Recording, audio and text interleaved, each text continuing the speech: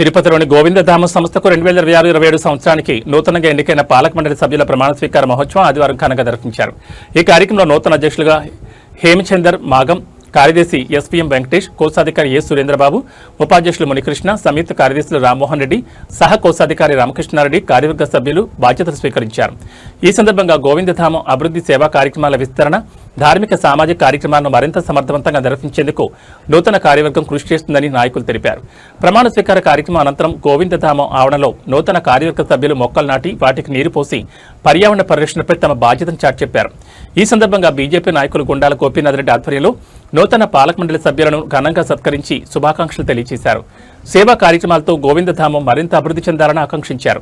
ఈ కార్యక్రమంలో వి మునుకృష్ణయ్య, సిరిగిరి ప్రకాష్, తొండమనాటి సుబ్రహ్మణ్యం రెడ్డి, ఏ మోహన్, టి రాము, విఎం లక్ష్మీనారాయణ, గోపాల్ రెడ్డి, ఏవి నిరంజన్, వాసు, గోపి, హేమకిరణ్, కరాటే శ్రీను తదితరులు మిత్ర బృందం మరియు గోవిందధామం సభ్యులు పాల్గొన్నారు. 26-27 కొత్త కమిటీ మహాప్రస్థాన సేవా సమితి యొక్క ముఖ్య ఉద్దేశం ఏమంటే అనాథలకు, అవసరంలో ఉన్న కుటుంబాలకి గౌరవప్రదమైన చివరి వీడ్కోలు అందించడం, సేవగా చేయడమే మా లక్ష్యము.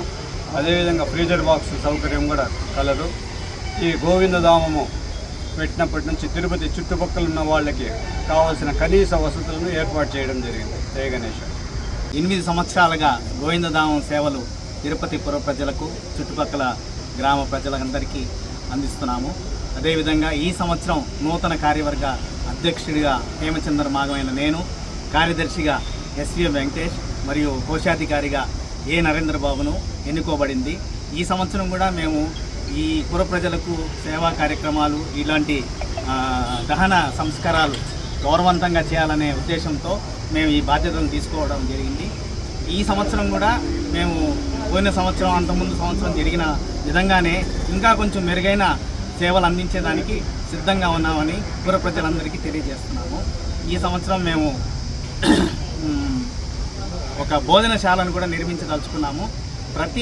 ప్రతి నెల మేము 20 నుండి 25 అనాథ బాడీల దహన సంస్కారాలు కూడా చేస్తున్నాము.